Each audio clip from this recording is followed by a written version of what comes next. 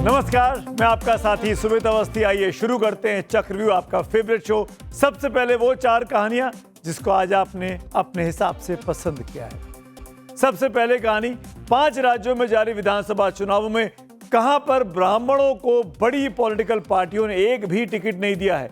कौन ब्राह्मणों को पसंद नहीं कर रहा है, कहां का यह माजरा है, इस कहानी में दिलचस्पी 16% लोगों ने दिखाई है।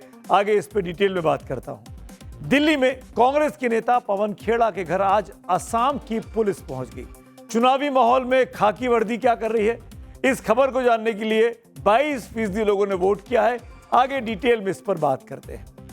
पश्चिम एशिया में जारी जंग में ट्रंप की डेडलाइन अब खत्म होने से पहले बमबारी पहले ही शुरू हो गई है।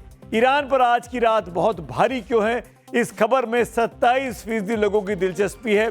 आगे 7:28 पर रोज की तरह डिटेल में बात करेंगे आखिरकार युद्ध का अपडेट क्या है। और जो खबर आज सबसे ज्यादा वोट पाकर नंबर 1 बनी है वो है पश्चिम बंगाल की। पश्चिम बंगाल में SIR प्रोसेस में 90 लाख वोट कट गए हैं। 90 लाख। किसे लगी है चोट, इस खबर को देखने में 35% दर्शकों ने अपनी रुचि दिखाई है। आइए शुरुआत इसी खबर के साथ सबसे पहले बात करते हैं। सबसे पहले बात बैटल ऑफ बंगाल की, जहां SIR प्रक्रिया के बाद चुनाव आयोग ने करीब 90 लाख वोटरों के नाम हटाने का फैसला कर लिया है। जापान में एक मशहूर कहावत है कि अक्सर विचार वास्तविकता बन जाते हैं। पिछले कई महीनों से ममता बनर्जी को इसी बात का डर था कि SIR प्रक्रिया के तहत वोटर के नाम काटे जा सकते हैं। अब ये फाइनल हो गया है कि पश्चिम बंगाल की वोटर लिस्ट में से करीब 90 लाख मतदाताओं के नाम हटा दिए जाएंगे। इस खबर के आने के बाद सबसे ज्यादा तनाव में तृणमूल कांग्रेस ही दिखाई दे रही है। বহিরাগতদের ঢোকাচ্ছে আর বিজেপি সব লোক পাঠাচ্ছে। ইলেকশন কমিশন কি অহংকার ভাবে এই চিটিংবাজ এজেন্সি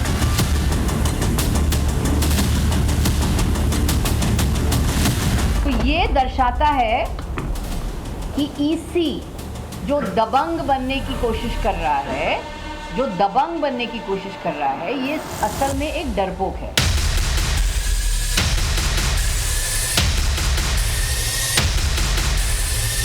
ওই যে শয়তান। तो जिस SIR प्रक्रिया के विरोध में ममता बनर्जी हाईकोर्ट से लेकर सुप्रीम कोर्ट तक लड़ी, तमाम वोटर के नाम न कटें इसकी बहस करती रही। बंगाल की सड़क से लेकर देश की संसद में इसे TMC ने एक बड़ा मुद्दा बना दिया। उस पर जब फाइनल लिस्ट निकलकर सामने आई तो ममता बनर्जी को एक और बड़ा झटका लग गया। सबसे पहले आपको SIR प्रक्रिया के तहत बंगाल में हटाए गए 90 लाख वोटर्स का गणित बता देते हैं। जहां पर तृणमूल कांग्रेस पहुंची थी कि वोटरों के नाम हटने नहीं चाहिए और जुड़ने चाहिए, लेकिन उल्टा हो गया और अधिक लोगों के नाम कट चुके हैं। बंगाल में वोटर लिस्ट की प्रक्रिया 3 चरणों में पूरी हुई है। इसमें दिसंबर 2025 में 58,20,000 नाम कटे, फरवरी 2026 में 5,46,000 नाम और कट गए, और अब अप्रैल 2026 में ये जो ताज़ा आंकड़ा सामने आया है इसमें 27 लाख आंकड़े और कट गए, नाम और कट गए हैं। और इन आंकड़ों को अगर आप जोड़ लेंगे इन तमाम नंबर्स को तो ये 90 लाख के पार पहुंच जाता है। तो SIR प्रक्रिया की वजह से पश्चिम बंगाल में 90 लाख लोगों के नाम अब मतदाता सूची से बाहर हो रहे हैं। आपको याद होगा SIR की तीसरी प्रक्रिया के विरोध में ममता बनर्जी सुप्रीम कोर्ट में पहुंची थी, जहां उन्होंने अपनी दलील खुद पेश की थी। ममता बनर्जी ने आरोप लगाया था कि जानबूझकर सही नामों को इस वोटर लिस्ट से हटाया जा रहा है, जबकि चुनाव आयोग का तर्क था कि लॉजिकल डिस्क्रिपेंसी यानी डेटा में तकनीकी गड़बड़ियों के आधार पर 60 लाख से ज्यादा वोटर्स को जांच के दायरे में रखा गया है। इन मामलों को अंडर एजुकेशन कैटेगरी में रखा गया था ताकि न्यायिक अधिकारी इनकी जांच कर सके। इस जांच के बाद 60 लाख में से 27,16,000 नाम काट दिए गए, जबकि 32,68,000 लोगों के नाम दोबारा जोड़े गए। अब ममता बनर्जी अपने समर्थकों को 32 लाख नामों की तसल्ली दे रही हैं, तो कटे हुए वोटों की चिंता भी उन्हें उतनी ही सता रही। একটা জিনিস আপনাদের বলি, सुप्रीम कोर्टे में नीचे दाঁড়িয়ে कल के सुप्रीम कोर्ट के ऑर्डर के बाद चुनाव आयोग के 60 लाख लोगों में से 32 लाख लोगों के नाम आ गए हैं। লক্ষ লোকের নাম 60 লক্ষের মধ্যে অলরেডি উঠে গেছে। जिनके नाम नहीं आए हैं चिंता न करें, उनके लिए हम ट्रिब्यूनल तक जाएंगे। আমরা চেষ্টা করব, চিন্তা করবেন না। काफी नाम काटे गए हैं। मुर्शिदाबाद में, उत्तर 24 परगना में, मालदा और दक्षिण 24 परगना में, নদিয়ায় উকুন বেছে বেছে নাম বাদ দিয়েছে। बगड़ा और गायघाटा में मथुआ के नाम काटे गए हैं। আমি শুনেছিলাম আপনাদের मेरे भवानीपुर सीट में भी 40,000 वोट काटे गए हैं। अब देखना होगा कितने नाम फाइनली कटे हैं। চাকদায় দিয়েছে। ऐसा पहली बार हुआ है जब चुनाव आयोग ने बंगाल में एसआईआर के मामले में जिलेवार लिस्ट भी जारी की है। जिलों के हिसाब से देखें तो मुर्शिदाबाद में सबसे ज्यादा 4,55,137 नाम हटाए गए। इसके बाद उत्तर 24 परगना में 3,25,666 नाम, दक्षिण 24 परगना में 2,22,929 नाम, मालदा में 2,39,375 नाम और पूर्वी बर्धमान में 2,09,805 मतदाताओं के नाम सूची से हटा दिए गए हैं। ये वो जिले हैं जहां मुस्लिम वोटर निर्णायक भूमिका में हैं और बड़ी संख्या में टीएमसी को वोट करते देखे गए हैं, क्योंकि टीएमसी यहां पर बड़ी जीत दर्ज करती रही है। पिछली बार मुर्शिदाबाद में तो जीत का मार्जिन मात्र 2,491 वोट का था। टीएमसी की चिंता इस बात को लेकर भी है कि चुनाव आयोग ने 90 लाख वोट काटने के बाद वोटर लिस्ट को फ्रीज कर दिया है, यानी तकनीकी रूप से अब इसमें नए नाम नहीं जोड़े जाएंगे। इसे लेकर कल टीएमसी के नेता अब चुनाव आयोग से मुलाकात करके शिकायत दर्ज कराएंगे। तो हमने ये साबित किया है कि डरपोक EC, compromise EC, extremely compromise EC जिस तरीके से पक्षपात करके बंगाल में नागरिक से वोट देने का अधिकार छीन रही है, ये डरपोक ईसी दबंग बनने की कोशिश कर रही है। पर सच ममता बनर्जी अपने चुनावी मंचों से भवानीपुर में, जो कि उनकी सीट है, 40,000 नाम काटने का मुद्दा भी उठा रही हैं, जहां से वो खुद चुनावी मैदान में है। इस बार टीएमसी को इस बात का डर है कि एसआईआर का असर अगर भवानीपुर की सीट पर पड़ सकता है। दरअसल एसआईआर शुरू होने से पहले भवानीपुर विधानसभा में 2,06,000 मतदाता माने जाते थे। एसआईआर के बाद 47,000 नाम काट दिए गए। 2021 के उपचुनाव में ममता बनर्जी ने करीब 58,000 के वोट मार्जिन से जीत हासिल की थी। 47,000 नाम कटने की संख्या ममता बनर्जी के जीत के मार्जिन से करीब 11,000 कम है। अगर कटे हुए नामों में टीएमसी समर्थक ज्यादा हुए, जैसा कि बार बार ममता बनर्जी भय दिखा रही हैं, तो बहुत बड़ा असर उनके इस डर के हिसाब से पड़ सकता है खुद टीएमसी के लिए। ऐसे में टीएमसी को डर है कि इस बार चुनाव में उसे नुकसान कराने के लिए एसआईआर का ये पूरा प्रोसेस किया गया है। इसीलिए अब ममता बनर्जी अपने कार्यकर्ताओं को ईवीएम पर चौकन्ना रहने की बात कह रही है। ईवीएम मशीन ভালো করে চেক করবেন সবাই। सभी ईवीएम मशीनों की अच्छी तरह जांच करें। बूथ एजेंटों को भी ईवीएम की पूरी तरह जांच करनी चाहिए। मैं उनकी योजना जानती हूँ। বাংলার স্বার্থে বিক্রি হবেন না। मतदान के बाद सीआरपीएफ और केंद्रीय बलों की निगरानी में वो अंदर जाकर मशीन बदल सकते हैं, इसलिए हमें 24 घंटे निगरानी रखनी होगी। आपको ध्यान से देखना चाहिए कि वो ईवीएम को हैक ना करे। 5টাতেই টিপে টিপে ভোট দিয়ে দেখবেন সেখানে ভোটটা ঠিকমতো পড়ছে কিনা। टीएमसी का दावा है कि एसआईआर प्रक्रिया के तहत काटे गए नामों में कुछ नाम ऐसे पाए गए जो सही थे। इनमें एक नाम सुप्रबुद्ध सेन और उनकी पत्नी दीपा सेन का है। सुप्रबुद्ध सेन भारतीय संविधान के इलस्ट्रेटर यानी चित्रकार नंदलाल बोस साहब के पोते हैं। कल इस मामले पर सुप्रीम कोर्ट में चीफ जस्टिस सूर्यकांत ने सुनवाई भी की थी और इस दौरान टीएमसी की तरफ से पेश हुए वकील ने कहा कि एसआईआर प्रक्रिया में न्यायिक निगरानी होने के बावजूद रिजेक्शन रेट काफी ज्यादा है, जो चिंता का विषय है। टीएमसी की ओर से यह भी कहा कि जिस व्यक्ति ने संविधान को अपनी चित्रकारी से सजाया था, उनके पोते पोतियों के नाम भी मतदाता सूची से हटा दिए गए। इस पर सीजेआई सूर्यकांत ने ट्राइब्यूनल को जल्द से जल्द फैसला करने को कहा है। 2 अप्रैल से हाईकोर्ट के 19 पूर्व जजों की एपिलेट ट्राइब्यूनल उन मामलों को देख रही है जिन्हें वोटर लिस्ट से बाहर कर दिया गया है। बहुत से लोगों को इस बात की भी चिंता है कि अगर ट्राइब्यूनल ने सही नामों पर फैसला देने में देर कर दी तो वो लोग वोट नहीं डाल पाएंगे। जैसा कि आप जानते हैं, पश्चिम बंगाल में 2 चरणों में मतदान है, पहले 23 अप्रैल को और फिर 29 अप्रैल को। ऐसे में अब समय बहुत कम बचा। आप देखिए, आज हम 7 अप्रैल की बात कर रहे हैं, महज 15 दिन है और अब तक वोटर लिस्ट फाइनल नहीं है। लोगों को नहीं पता है कि वो वोट डालेंगे तो कहां डालेंगे और डाल पाएंगे या नहीं डाल पाएंगे। Enough of your arrogance. Enough. You listen to us tomorrow. We're not here to speak only about Trinamool Congress. We are here for you arrogant man to listen to the voices of people who you've disenfranchised or attempting to disenfranchise.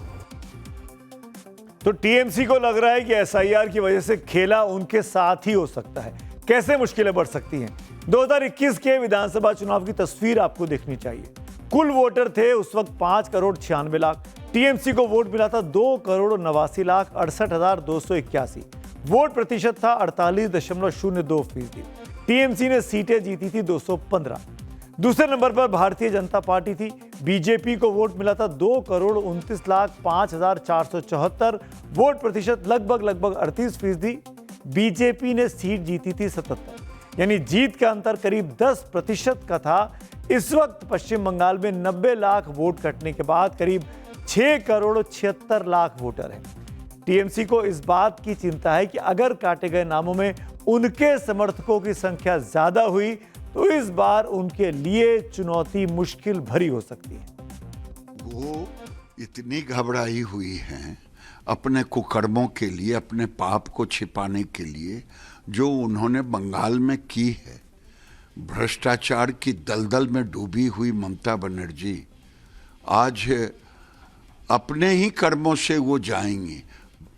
वो केवल SIR, police और ये भी नहीं करती कि बंगाल को बांग्लादेश बनाना चाहती हैं। तो बीजेपी कुल मिलाकर चारों तरफ से घेर लेना चाहती है टीएमसी को। बीजेपी को लग रहा है कि इस बार उसके चांसेस सबसे ज्यादा ब्राइट हैं कलकत्ता में या पश्चिम बंगाल में अपनी सरकार बनाने को लेकर। अब नतीजे 4 मई को आएंगे, तब पता लगेगा कि कौन किस पर कितना हावी होता है। बात करते हैं आज की अगली स्टोरी की, और अब बात असम चुनावों की, जहां चुनाव प्रचार तो खत्म हो गया लेकिन आरोपों की राजनीति का पारा अभी भी चढ़ा हुआ है।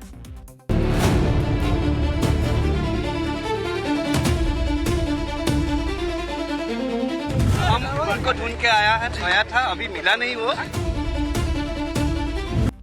असम में चुनाव प्रचार आज शाम 5 बजे खत्म हो गया। अब बारी जनता की है, लेकिन असम की लड़ाई आज दिल्ली तक पहुंच गई। असम पुलिस की टीम आज कांग्रेस के प्रवक्ता पवन खेड़ा के दिल्ली आवास पर पहुंची। अचानक यह कार्रवाई हेमंत बिस्व शर्मा की पत्नी की एफआईआर के बाद हुई है, क्योंकि मुख्यमंत्री की पत्नी का मामला था तो पुलिस हाइपर एक्टिव दिखाई दी। पुलिस को पवन खेड़ा तो उनके घर पर नहीं मिले, लेकिन पुलिस उनके घर से, जो कि पता चल रहा है, 2 लैपटॉप, 1 मोबाइल फोन और 1 पेन ड्राइव अपने साथ लेकर चली गई। असम पुलिस यहां पर पहुंची थी और करीब 11 बजे के आसपास असम पुलिस यहां पर पहुंची। दिल्ली पुलिस की टीम असम पुलिस को असिस्ट कर रही थी। पुलिस ने यहां पे छापेमारी की और छापेमारी करने के बाद असम पुलिस यहां से कुछ एविडेंस जो है वो अपने साथ लेकर गई है। आपको याद होगा 2 दिन पहले, हम लगातार इस खबर को कवर भी कर रहे हैं, 2 दिन पहले पवन खेड़ा ने असम सीएम हेमंत बिस्व शर्मा की पत्नी रिंकी भुइया शर्मा पर बेहद गंभीर आरोप लगाए थे एक प्रेस कॉन्फ्रेंस करके। उन्होंने कहा था कि उनके पास मिस्र, एंटीगा बरबुडा और यूएई के 3 पासपोर्ट हैं। हिमंता और उनकी पत्नी ने कांग्रेस के आरोपों को निराधार बता दिया था। हिमंता ने पवन खेड़ा के खिलाफ एक्शन की बात भी कही थी। कल ही रिंकी भुइया शर्मा ने पवन खेड़ा के खिलाफ एफआईआर भी दर्ज करा दी थी, जिसके बाद आज असम पुलिस 4 लोगों की टीम के साथ पवन खेड़ा के दिल्ली में निजामुद्दीन ईस्ट वाले घर पर पहुंच गई। लेकिन पवन खेड़ा असम पुलिस के हाथ नहीं आए। We wanted Mr. Pawan Kheda हम उनको ढूंढ के आया था, अभी मिला नहीं वो। And we have search this house, we found some incriminating things which I can not disclose right now. कल सुबह 6 बजे ही वो गुवाहाटी से भाग गया। अभी दिल्ली में हमारा लोग, मैं अखबार से मुझे पता चला है दिल्ली में पुलिस गया है तो हैदराबाद तक भाग गया। क्या किया सर ऐसा? आपने कहा मेरे पास सब प्लान है, क्या प्लान है? आपने कहा कि प्लान का मतलब नहीं, कानून अपना हिसाब से काम करेगा ना। तो वोटिंग से ठीक पहले कांग्रेस ने असम में सियासी विस्फोट किया। पताल में भी रुकेगा तो हम उठा के लेके आएगा। तुम बताओ ये कागज तुम किसको दिए थे? तो पवन खेड़ा को पाताल से ढूंढ कर भी असम पुलिस ले आएगी। रिंकी भुइया शर्मा की दुबई में दो संपत्तियां हैं। अमेरिका के व्योमिंग में एक कंपनी है जिसकी कीमत लगभग 52,000 करोड़ रुपए बताई गई है। व्योमिंग के बारे में कहा जाता है कि वो टैक्स हेवन है और वहां पर पैसा निवेश करना या जमा करने पर कोई टैक्स नहीं देना पड़ता है। तो एक तरफ कांग्रेस 3 पासपोर्ट रखने का आरोप रिंकी भुइया शर्मा पे लगा रही है, वहीं नागरिकता की सवाल भी उठाए जा रहे हैं। दूसरे और विदेशों में संपत्ति का ब्यौरा देकर भी हिमंता बिस्व शर्मा को भ्रष्टाचार के मुद्दे पर कांग्रेस घेरने की कोशिश कर रही है।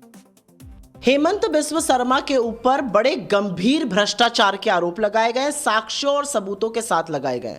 पवन खेड़ा जी ने कुछ आरोप लगाए, आप उन आरोपों का जवाब दीजिए। आप ये गंदी गंदी गालियां देना, अजीब अजीब भाव भंगिमा करना, आप इस तरह का डराने धमकाने का काम क्यों कर रहे हैं? आपकी पुलिस पहुंचकर दिल्ली में किसको डराने की कोशिश कर रही है? अरे आपके ऊपर गंभीर भ्रष्टाचार के आरोप लगे, आपके परिवार पर लगे, आप उसका जवाब दीजिए। और ये कोई हम आउट ऑफ थिन एयर थोड़ी आरोप लगा रहे हैं, साक्ष्यों और सबूतों के साथ लगा रहे हैं।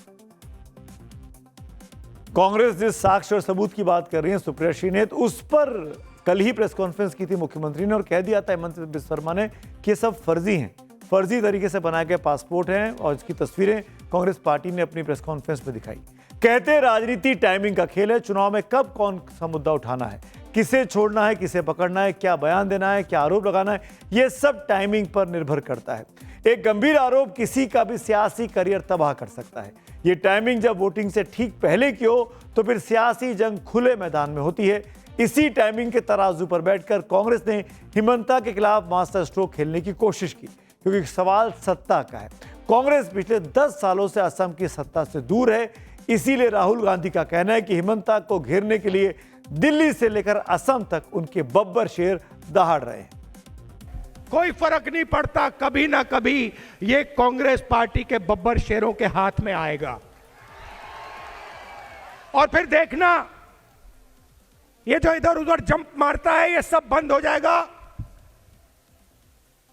हाथ जोड़ेगा, असम की जनता से माफी मांगेगा, कांग्रेस पार्टी के नेताओं से माफी मांगेगा। मगर मैं आज ही बता रहा हूं, माफी का कोई मतलब नहीं है, कार्रवाई इस पे होगी, कानूनी कार्रवाई इस पे होगी। ये कांग्रेस मुझको धमकाने का कोशिश कर रहा है। राहुल गांधी को मैं बोलता हम लोग कोई बब्बर सेठ से नहीं डरता हूं, इसलिए हमारा यहाँ हनुमान है, लासीद है, मुला गाभरू है, हम काहे बब्बर अब्बर से डरूंगा। पवन खेड़ा को मैं पवन पेरा बना दूंगा, आप लोग देखते रहिए। पवन खेड़ा के घर पर जैसे ही पुलिस पहुंची सारे कांग्रेस नेता एक्टिव हो गए। भूपेश बघेल ने सोशल मीडिया प्लेटफॉर्म एक्स पर #we stand with Pawan Khera के हैशटैग के साथ हिमंत बिस्व शर्मा पर बैक टू बैक कई सवाल दाग दिए। भूपेश बघेल ने पूछा, क्या हिमंत बिस्व शर्मा के परिवार ने दुबई में कोई प्रॉपर्टी खरीदी है या नहीं? क्या हेमंत बिस्व शर्मा के परिवार की कंपनी अमेरिका में रजिस्टर्ड है या नहीं? इन दोनों के KYC के लिए कौन कौन से दस्तावेज दिए गए हैं? इन संपत्तियों का जिक्र आपके चुनावी शपथ पत्र में क्यों नहीं है? भूपेश बघेल ने आगे लिखा कि इन सवालों के जवाब देने के बजाय पवन खेड़ा के दिल्ली आवास पर असम और दिल्ली की पुलिस भेजना बताता है कि भाजपा डर गई है, बौखलाई हुई है। ये विदेश में संपत्ति है जो उन्होंने इलेक्शन एफिडेविट में नहीं जताया, साफ साफ उनका डिस्क्वालीफाई होना चाहिए। विदेश में संपत्ति एक विदेशी सरकारी दस्तावेज के द्वारा हुई, जिसका भी खुलासा उन्होंने अपने एफिडेविट में नहीं दी। विदेश में कहां कहां उनके व्यापार है उसका भी उन्होंने खुलासा नहीं दिया है। राजनीति में आरोप प्रत्यारोप आम बात है, लेकिन सच्चाई का पता तभी चलता है जब निष्पक्ष जांच हो और सबूत सामने आए। कांग्रेस के आरोपों में कितनी सच्चाई है ये तो जांच के बाद ही पता चलेगा, लेकिन कांग्रेस के आरोपों का जवाब देने के लिए जिस तरह हिमंता बिस्व शर्मा फ्रंट फुट पर लगातार खेल रहे हैं, उससे लगता है कि चुनाव से ठीक पहले कांग्रेस ने हिमंता के लिए कुछ मुश्किलें बिछाने की कोशिश की है और परेशान किया है। पवन खेड़ा के आरोपों ने हिमंता को इतना असहज कर दिया है कि भाषा की मर्यादा भी वो इस वक्त भूल गए। आपत्तिजनक विवादित भंगिमा थी, विवादित शब्द थे, इसीलिए हमने उसको बीप कर दिया। हिमंता के खिलाफ पवन खेड़ा के आरोपों पर नया सियासी बखेड़ा खड़ा हो चुका है। इससे पहले भी 2023 में आपको याद होगा पीएम मोदी पर टिप्पणी से जुड़े एक केस में असम पुलिस ने उन्हें दिल्ली एयरपोर्ट पर रोककर गिरफ्तार किया था। इसके बाद कांग्रेस के नेता एयरपोर्ट पर ही धरने पर बैठ गए थे। राजनीति में शब्दों का चयन बहुत सावधानी से होना चाहिए, क्योंकि हर शब्द एक सिग्नल होता है जो सीधे जनता तक पहुंचता है। हालांकि भाषा की मर्यादा लांघने के रिकॉर्ड सिर्फ एक पार्टी तक सीमित इन दिनों नहीं है। खुद कांग्रेस के अध्यक्ष मल्लिकार्जुन खड़गे बीजेपी और आरएसएस पर हमला करते हुए भाषा की मर्यादा को भूल चुके हैं। सुनिए। अगर कोई इस जहरीला सांप आपके सामने से गुजर रहा है और आप नमाज भी पढ़ रहे हैं, नमाज तोड़ के उस जहरीली सांप को मारना, ये कुरान में कहा है। और मैं यही कहूंगा, आपका नमाज तोड़ने तो परवाह नहीं, ये जहरीला सांप है आरएसएस और बीजेपी, इसको अगर आप नहीं मारेंगे आप कभी बचेंगे नहीं।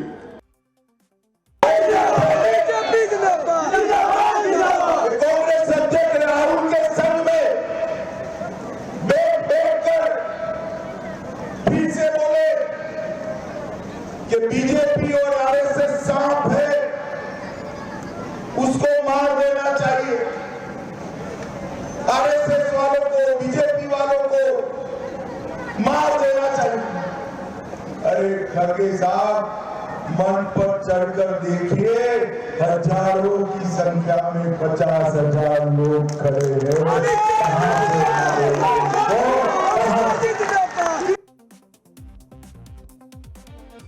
सार्वजनिक जीवन में भाषा की मर्यादा तो होनी चाहिए, उसी का खामियाजा आज चाहे वो मल्लिकार्जुन खड़गे हो या फिर हिमंता बिस्व शर्मा हो, उनको झेलना पड़ रहा है। आगे बढ़ते हैं, बात करते हैं आज की अगली कहानी की। फिल्म पिंक आई थी जिसमें अमिताभ बच्चन थे। उसमें अमिताभ बच्चन का एक बहुत ही फेमस डायलॉग था, नो का मतलब नो होता है, ना मतलब ना। एक शब्द नहीं, अपने आप में एक पूरा वाक्य होता है। वहां पर प्रसंग अलग था, लेकिन मौजूदा वक्त में तमिलनाडु की राजनीति में भी यही डायलॉग गूंज रहा है। उम्मीदवार के तौर पर ब्राह्मण को नो। वैसे भी तमिलनाडु की राजनीति में हमेशा सरप्राइज देती आई है, इस बार भी दे रही है।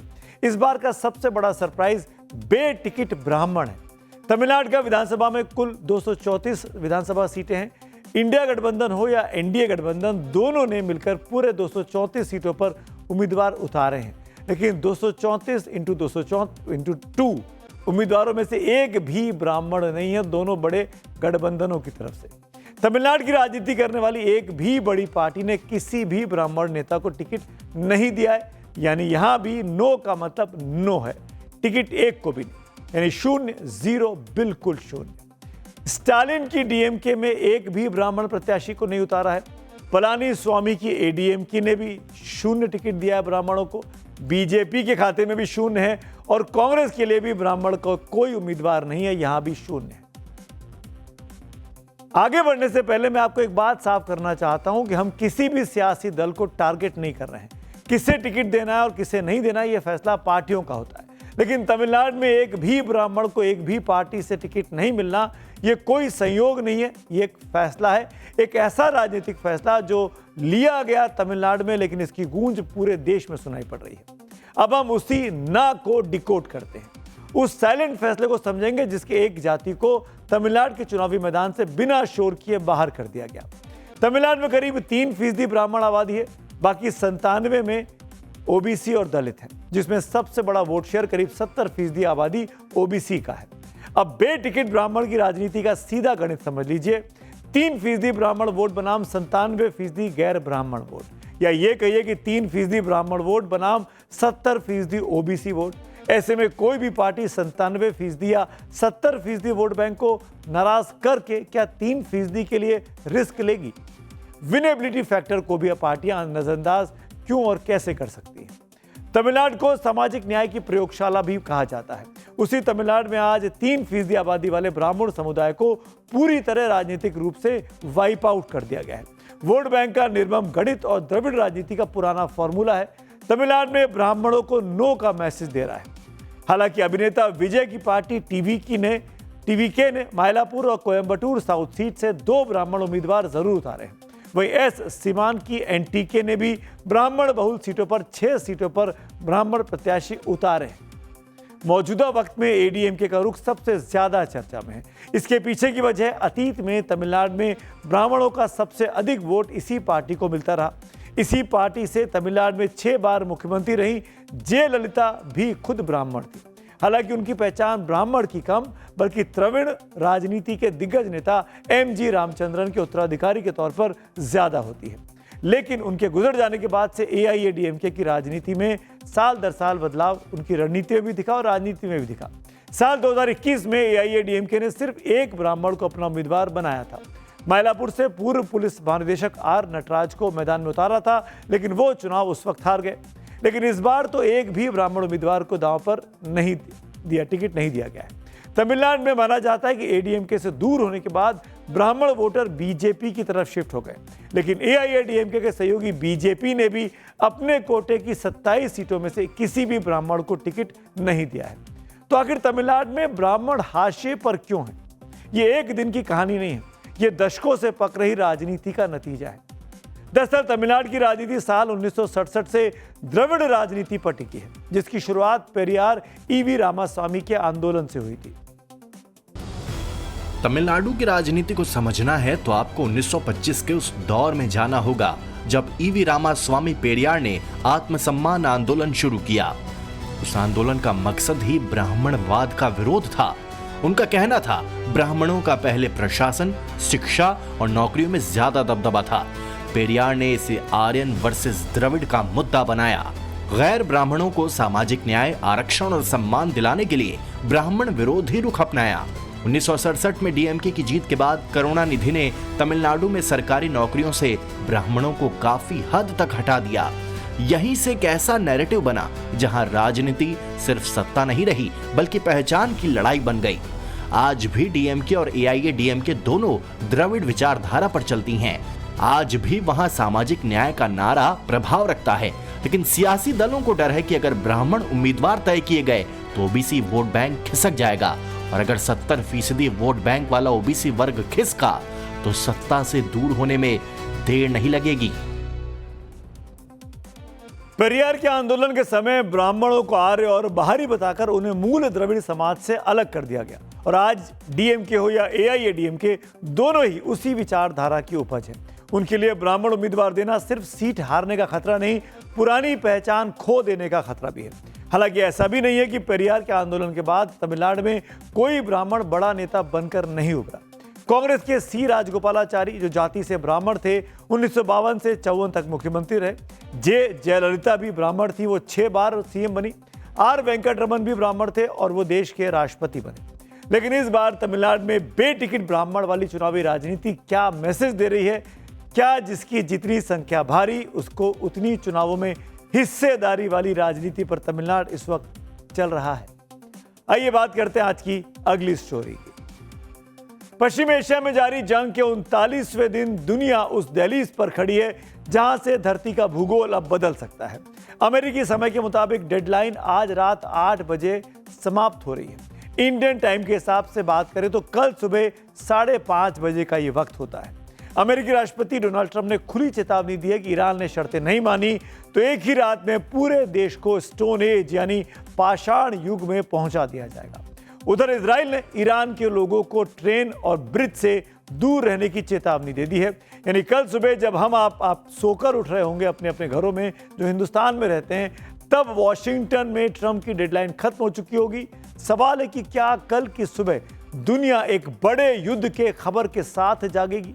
क्या हॉर्मुज की खाड़ी से विश्व युद्ध का आगाज होने वाला है?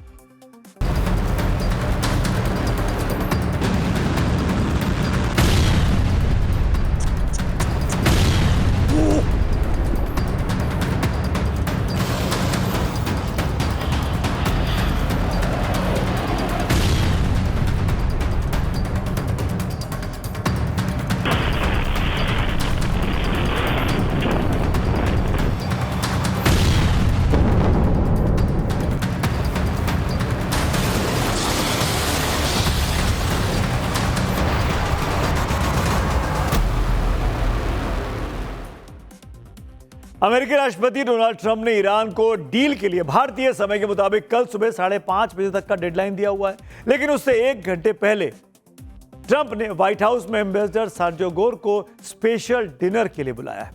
यह साफ नहीं है कि भारत में अमेरिका के राजदूत के साथ इस तरह की मीटिंग का एजेंडा क्या है। वहीं सोमवार शाम विदेश मंत्री एस जयशंकर ने ईरानी विदेश मंत्री सैयद अब्बास अराक्ची के साथ फोन पर बातचीत की थी। बातचीत में भारत ने युद्ध रोकने की दिशा में प्रयास कर रहे अंतर्राष्ट्रीय और क्षेत्रीय कोशिशों के समर्थन को दोहराया।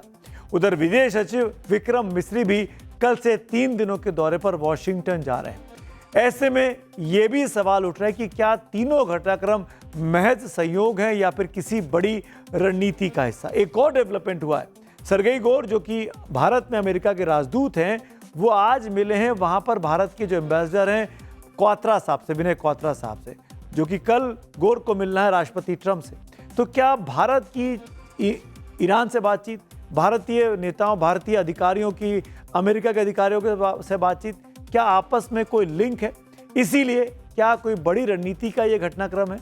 क्या पश्चिम एशिया में जारी जंग को रोकने में भारत बड़ी भूमिका निभा रहा है पर्दे के पीछे?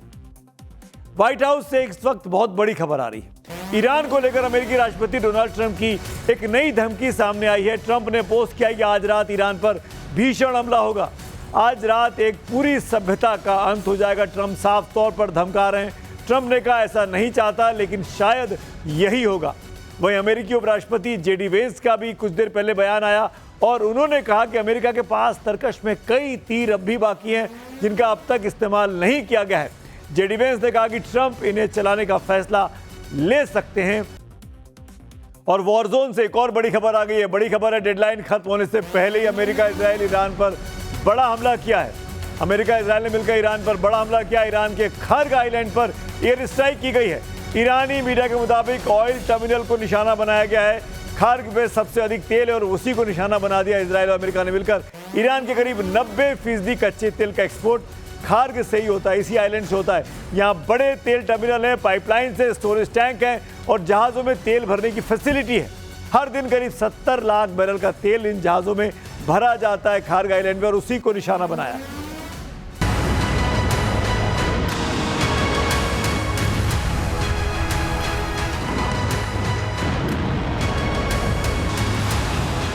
इजरायली डिफेंस फोर्सेज ने ईरानी नागरिकों के लिए एक फरमान जारी किया है।